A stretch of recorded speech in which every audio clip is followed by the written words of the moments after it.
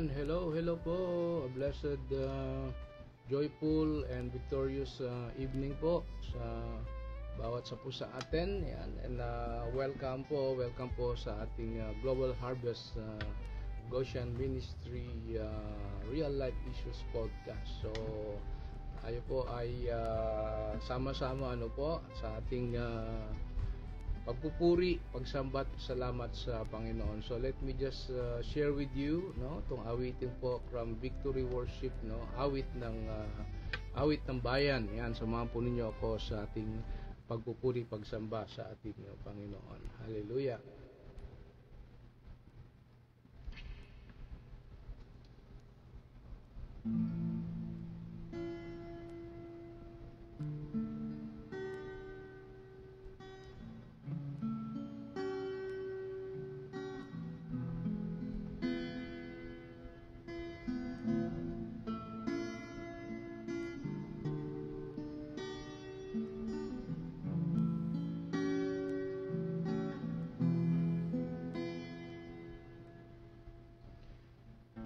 Si Yahweh, ang tanging Diyos, may gawa ng lahat ng mabuti, ang lahat ng dilikha mo'y sumasamba sa iyo. Ang aming baya'y pinupuri ka, itinataas, dinadakila. Ang aming puso ay isa, umaawit sa iyo.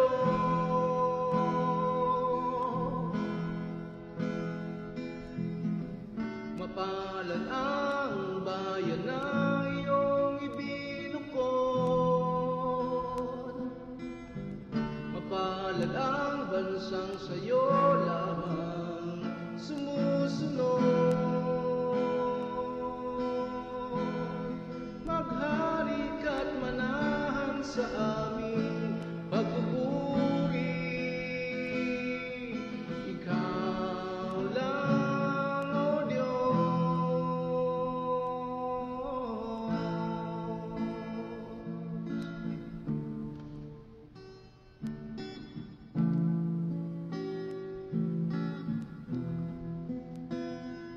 Si Yahweh, ang tanging Diyos, may gawa ng lahat ng mabuti, ang lahat ng nilikha mo'y sumasamba sa iyo.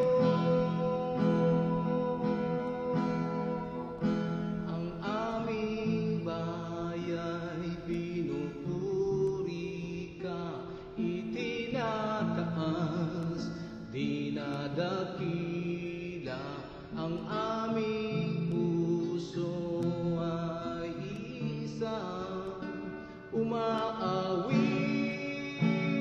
sa iyo.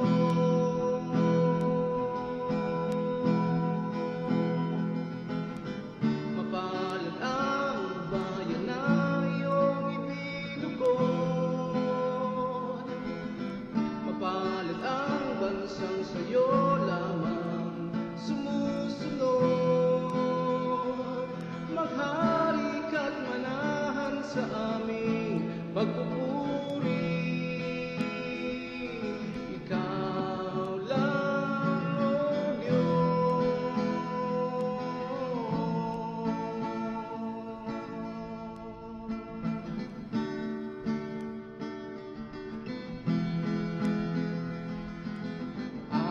Alleluia, Alleluia.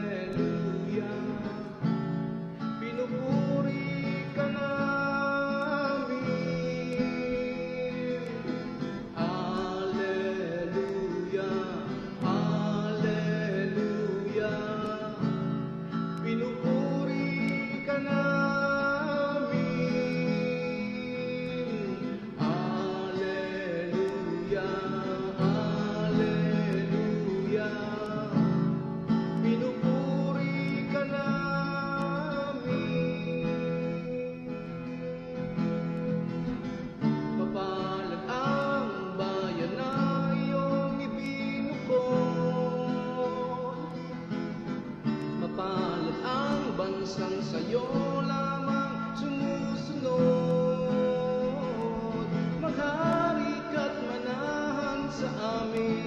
pagpupuri.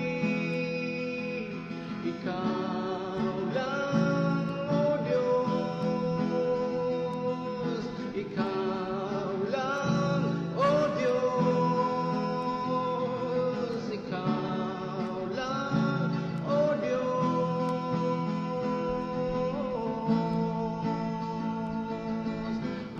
Alleluia, Alleluia, pinupuri ka namin. Alleluia, Alleluia, pinupuri ka namin, O Diyos. Alleluia, Alleluia, pinupuri ka namin.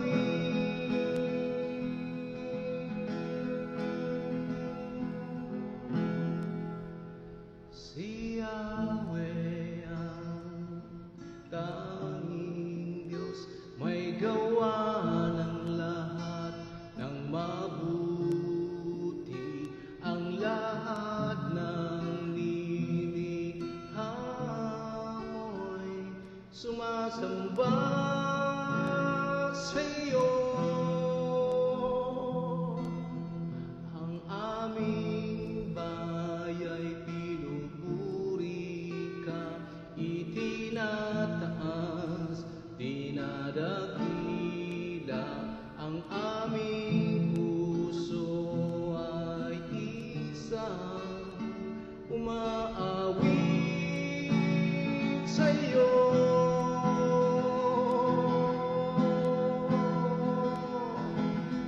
Mapalad ang bayan na iyong ibinukod. Mapalad ang bansang sa'yo lamang sumusunod. Maghari ka't manahan sa aming pagpupuri. Ikaw lang, O Diyos. Mapalad ang bayan na iyong ibinukod. Mapalad ang bansang sa'yo lamang sumusunod. Maghari ka't manahan sa aming pagpupuri. Ikaw lang, O Diyos, Ikaw lang, O Diyos. Hallelujah, Hallelujah, pinupuri ka namin ang bansa. Hallelujah, Hallelujah, pinupuri ka namin.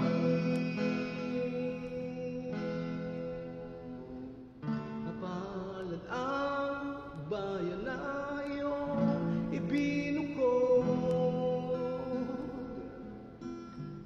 Mapalad ang bansang sa'yo lamang sumusunod.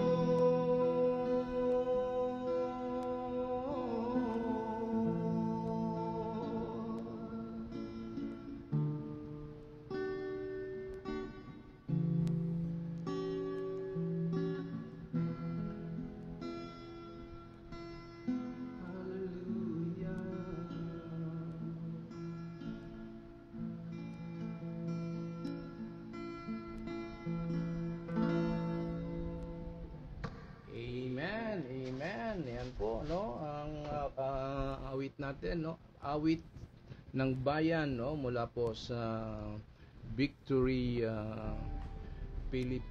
Worship. Yan po, nagpapaalala po sa atin na ang bayang Pilipinas, no, sa kabila ng kanyang karanasan ay tayo'y magpuri, sumamba at ating dalhin sa Diyos ang ating bayang minamahal na Pilipinas. Alright, so muli po, blessed, joyful, and victorious Monday po sa bawat sa atin. Po, kumusta po kayo? Kumusta po kayo? Dalangin ko po na sa biyaya ng Diyos at sa kabutihan ng Diyos ay tayo po ay nasa mabuting kalagayan. Ano po? So, kumusta na po kayo? Shout out sa bawat sa po sa inyo. Purihin po ang Diyos. Salamat po sa Diyos na ikaw at ako ngayong gabi po ay magpapatuloy po sa panibagong podcast series po natin. Ano po? At ang ating pong first episode, ang ating pong podcast series ay meron pong pamagat na Hope for a Nation series. Yan, no? Very timely, relatable sa ating pong kasaysayan, ano? Hope for a Nation series, no? Ang ating pong episode 1 ay meron pong title na Where is Hope when the Nation is Broken? Yan po yung ating pag-uusapan, no? Sa episode 1 ng ating Hope for a Nation series. Where is Hope when the nation is broken? Yun ang ating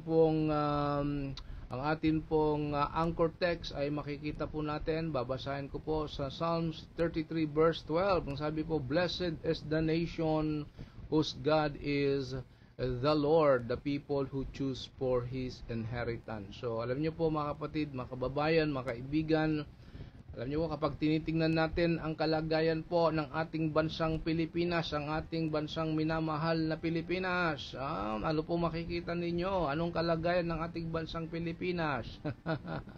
Traffic, kahirapan, corruption, division, ayan, no? At marami pang ibang kalalagayan ang makikita po natin ngayon sa ating bansang Pilipinas. Alam niyo po, madalas ang tanong ng marami sa sitwasyon ng ating bansa po ngayon, may pag-asa ba ba ang Pilipinas? Mga kababayan, may pag-asa pa ba ang Pilipinas? So bawat eleksyon, umaasa tayo na baka this time may tunay na pagbabago. Pero pagkatapos po ng ilang taon, balik na naman sa dati.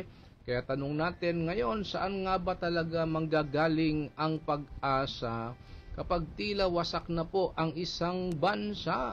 Sa episode po na ito, pag-uusapan natin, kababayan, mga kaibigan, kung saan nakaugat ang tunay po na pag-asa, no? Hindi lang sa gobyerno, hindi lang sa tao, kundi sa Diyos na siyang may hawak po ng kinabukasan ng ating pong bansa, ng ating buhay, ng ating pamilya. Pero tanong, kapag ang bansa ay tila wasak na, yan, may pag-asa pa ba? So ito po ang ating pag-uusapan sa pagsisimula ng ating Hope for a Nation series, Where is Hope when the nation is broken? Alright, so okay, let's go. Number 1, tingnan po natin at makita natin, hope is not found in leaders but in the Lord. Yan po ang unang dapat po nating isa-isip, sa ating pong pagtingin, pananaw at damdamin po sa ating bansang Pilipinas. Hope is not found in leaders,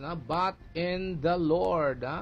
Madali tayong umasa po, di ba, sa mga leader, politicians, influencers, o kahit sino na may power, umaasa po tayo na baka sakali sila, yan ang iniisip natin, umaasa tayo na baka sakali sila ang magdadala ng pagbabago sa ating bansang Pilipinas. Pero po, ang totoo, mga kapatid, mga kababayan, kaibigan, kahit gaano kagaling o charismatic ang isang leader, sabi natin, tao pa rin sila.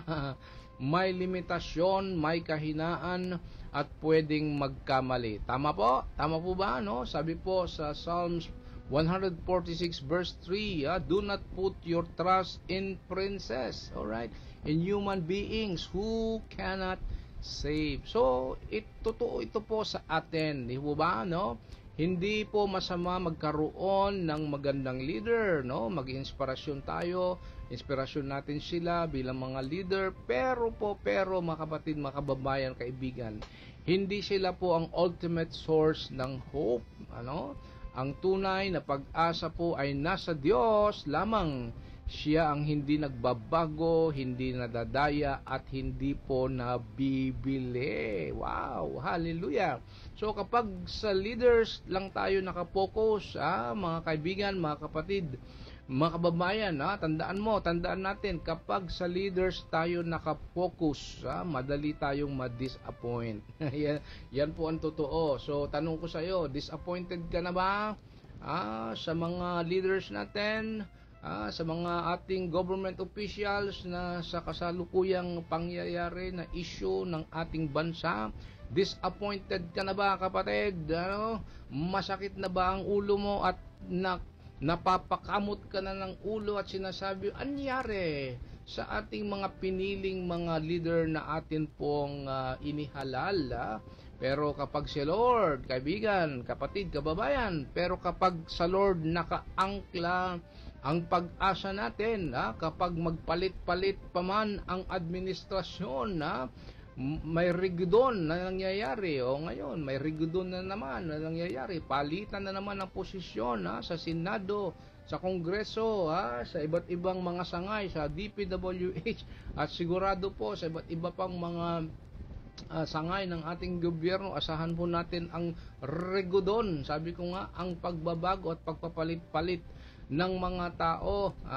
So, tanong, yan po ba ang solusyon ngayon? Kahit na magpalit o maglagay ng ibang mga posisyon sa ibang mga tao, pinalitan ang mga tao na alam mo na kailangan palitan o kailangan mag-resign.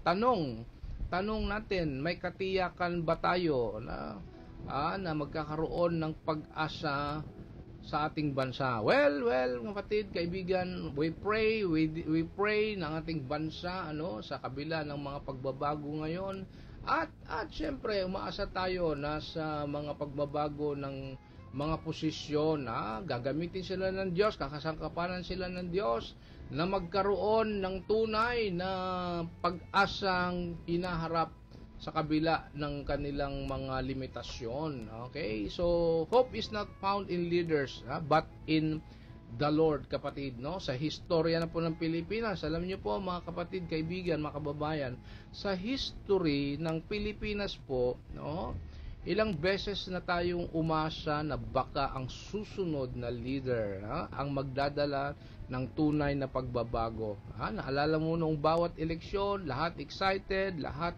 hopeful, ito na, siguro, sinabi natin, ito na ang pag-asa, ito na ang pagbabago. Pero after ilang taon, marami pa rin ang disappointed kasi hindi, natutupad, lahat ng mga ipinangako. So, halimbawa, may mga presidente na dumaan, may nagsabing, I will fight corruption, may nangakong, I will lift people from poverty, at may iba pang malalaking pangarap para sa bansa. Alam niyo po, kapatid, kaibigan, mga kababayan, maganda po ang vision, tama po? Maganda ang vision, ang mga pinangako, mga plataforma ng mga nagdaang mga leaders natin, pero kahit sino pa po sila, tandaan po natin, kahit sino pa po sila, hindi nila kayang ayusin ang lahat. Bakit po? Bakit? Kasi tao lang po sila, limited ang power, at minsan nadadala pa sila ng weakness, interest, of pressure. Alam niyo po, ang akin pong pagtanaw, as I can see the situations right now, alam niyo, ito ay kailangang asawa ko nga ay pinapadaan tayo ng Diyos. Itong sitwasyong ito ay hindi po aksidente, mga kapatid, kababayan. Ito ay hindi aksidente na nangyayari po ngayon sa ating bansa. Mayroon pong ginagawa ang Diyos sa gitna ng masalimuot na sitwasyon ng ating pong bansa. May ginagawa po ang Diyos. I'm very sure of that. Hindi po pinapayagan ng Diyos ang bawat mga sitwasyon ng iyong buhay, ng iyong pamilya, ng personal mong buhay, at maging ng ating bansa kung wala pong gustong palabasin at gustong gawin ng Diyos sa gitna ng ating pong mga karanasan. Kaya nga po sabi sa Psalms 146 verse 3, mga kapatid, do not put your trust in princes, in human beings, who cannot save. Hindi ibig sabihin na hindi na tayo bumoto o mag-expect ng mabuti sa ating mga leaders, pero ibig pong sabihin, hindi sila po ang ultimate source ng pag-asa o hope po natin. So, ang tunay po na pag-asa ng bansa ay walang ibang nasa Diyos, no? Nasa Diyos. Siya lang po ang hindi nagbabago, hindi nabibili, at hindi pumapalya. Kahit sino po ang maupo sa anumang posisyon sa ating gobyerno, ang Diyos pa rin po ang may hawak ng glorious destiny ng ating bansa. Amen? At kung siya ang pinagkakatiwalaan natin, may pag-asa tayong hindi nababago. Kaya mga kaibigan, mga kapatid, mga kababayan, sa halip na kabi-kabila ang ating pagpuna, ang ating pong sa ating nangyayaring sitwasyon ng ating bansa, kapatid, tinuturuan tayo ng Diyos na lumapit sa trono ng kanyang biyaya, magpakumbaba at manalangin, manalangin ng todo-todo sa Diyos, at ang kanyang biyaya at habag ay kanyang igawad sa ating bansang Pilipinas. Kapatid, kaibigan, mga kababayan, leaders can inspire, pero hindi po sila ang ultimate source ng pagbabago. Amen? So, pangalawa, God heals a broken nation through a humble people. Yan po ang katotohanan, sa gitna ng atin pong mga sitwasyon, ang bansa, ang bawat mga Pilipino ngayon, kababayan, tayo po ay tinuturuang magpakumbaba sa Diyos, God heals a broken nation through a humble people. Kapag iniisip natin ang bansa ang pag-asa ng bansa, madalas ang sagot, kailangan natin ng bagong sistema, bagong programa o bagong leader at ganito ganyan, pero po sa mata ng Diyos, ang tunay na solusyon po ay mas malalim pa po diyan. Bakit po? Sabi po sa 2 Corinthians 7:14, if my people who are called by my name will humble themselves and pray and seek my face and turn from their wicked ways, then I will hear from heaven and I will forgive their sin and will heal their land. Napansin mo ba, kapatid? Sa halip na i-focus natin ang sisi, ang ating sa mga tao, na sila ang may kasalanan, sila ang dapat makulong. Kapatid, ang sabi po sa 2 Corinthians 17:14, gentle reminder sa ating lahat, if my people, tayong lahat na bayang Pilipinas who are called will humble themselves and pray and seek my face. Yan po ang dapat po natin pong pagtuunan ng pansin. May problema pong kinakaharap ang ating bansa, pero po iilan lamang po ang ating mga opisyales sa kabuuan ng bansang Pilipinas. Ikaw at ako, kababayan, ay inaasahan na tayo magpakumbaba, manalangin, at ating dalhin sa Diyos ang ating mga bansang Pilipinas. Alright? Sabi doon, if my people who are called by my name, 2 Chronicles 7:14, will humble themselves and pray and seek my face and turn from their wicked ways, then I will hear from heaven and I will forgive their sin and will heal their land. Hallelujah! Yan po ang ating pong deklarasyon sa ating bansang Pilipinas, na patawarin ang atin pong mga sitwasyong nangyayari, tumalikod sa kasalanan, at ang sabi ng Panginoon, heal their land. Oh God of heaven and earth, heal our land, our nation, Philippines, oh Lord, and forgive us, Lord, not only our officials, but all of us, oh God. Mayroon din kaming mga pagkukulang sa aming bansang Pilipinas. So napansin mo ba, hindi sinabi ng Diyos, kapatid, na kapag nagbago ang gobyerno o kapag nagkareforma ang sistema, ang sabi niya, if my people, ibig sabihin po tayong mismong mga anak ng Diyos, mga bansang Pilipinas na tinatawag na Kristiyanong bansa, ang dapat mauna sa pagbabago. Amen?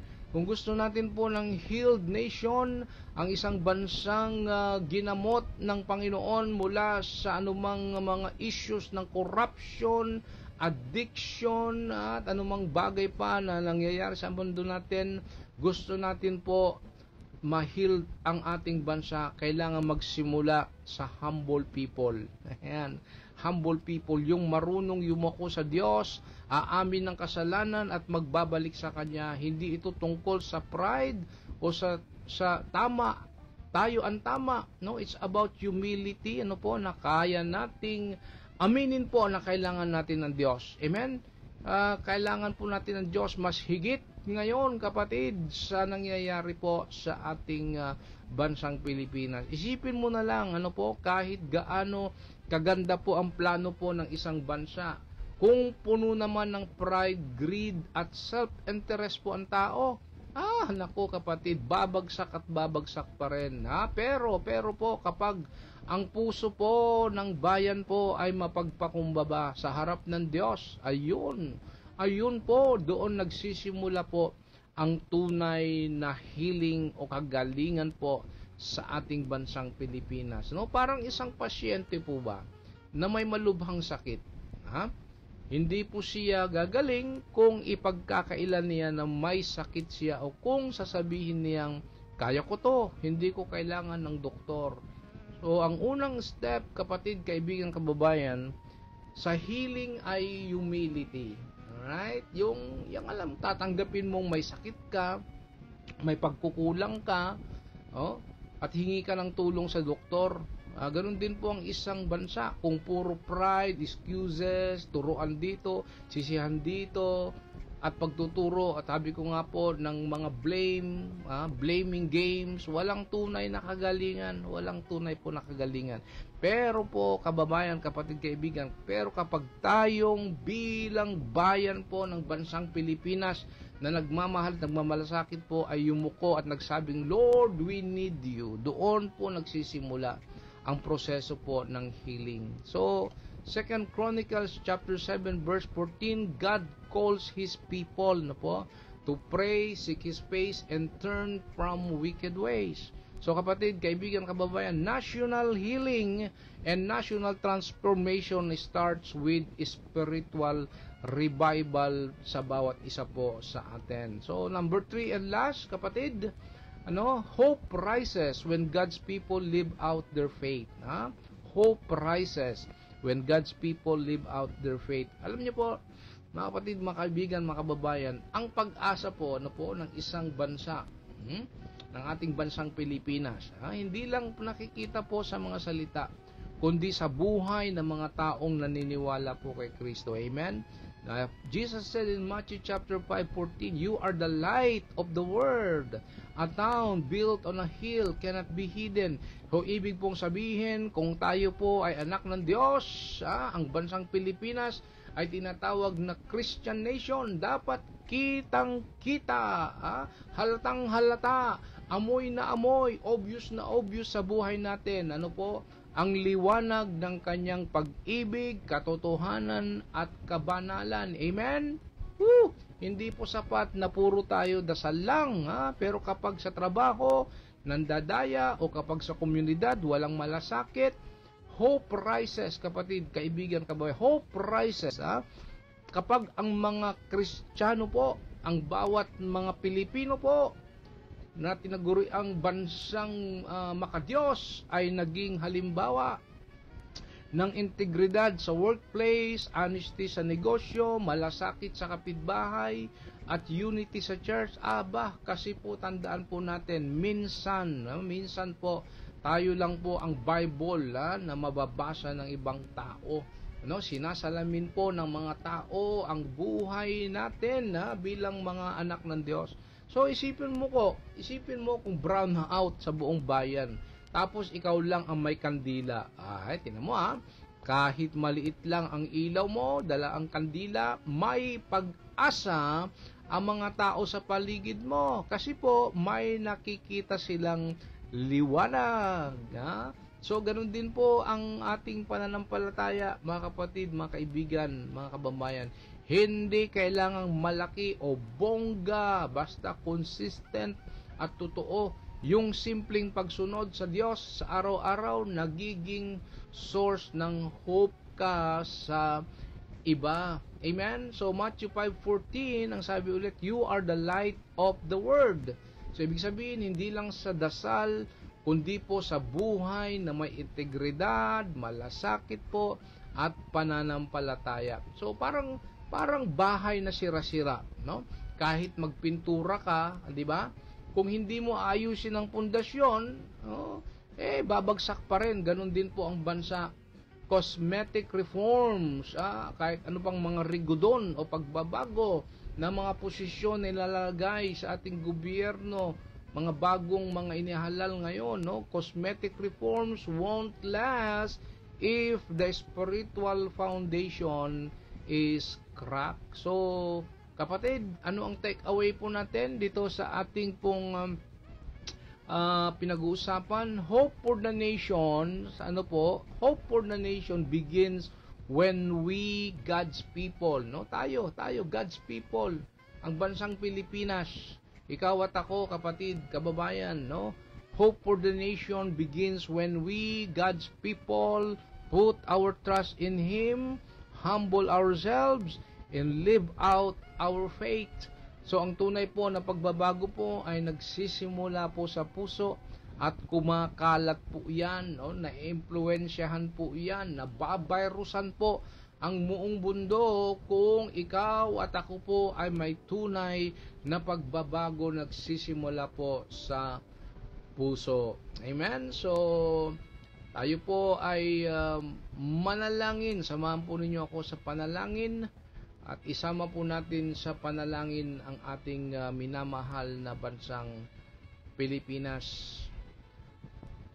Abba Father, Lord Jesus, and Holy Spirit, we lift up to you our beloved nation, ang iyong bansang Pilipinas, na iyong minamahal at pinagmamalasakitan.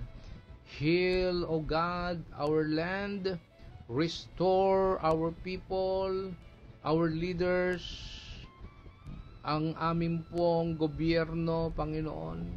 Restore with humility, restore our land, O God, and let your light shine through us, Lord. May your kingdom come, and you will be done in our beloved country, Philippines, Lord. Salamat po, Panginoong Diyos, sa paalala ngayong episode na ito, na ikaw lamang po ang tunay na pag-asa po ng aming bansa, at patawarin po ninyo po kami sa mga panahon na mas nagtitiwala po kami sa tao kaysa po sa iyo.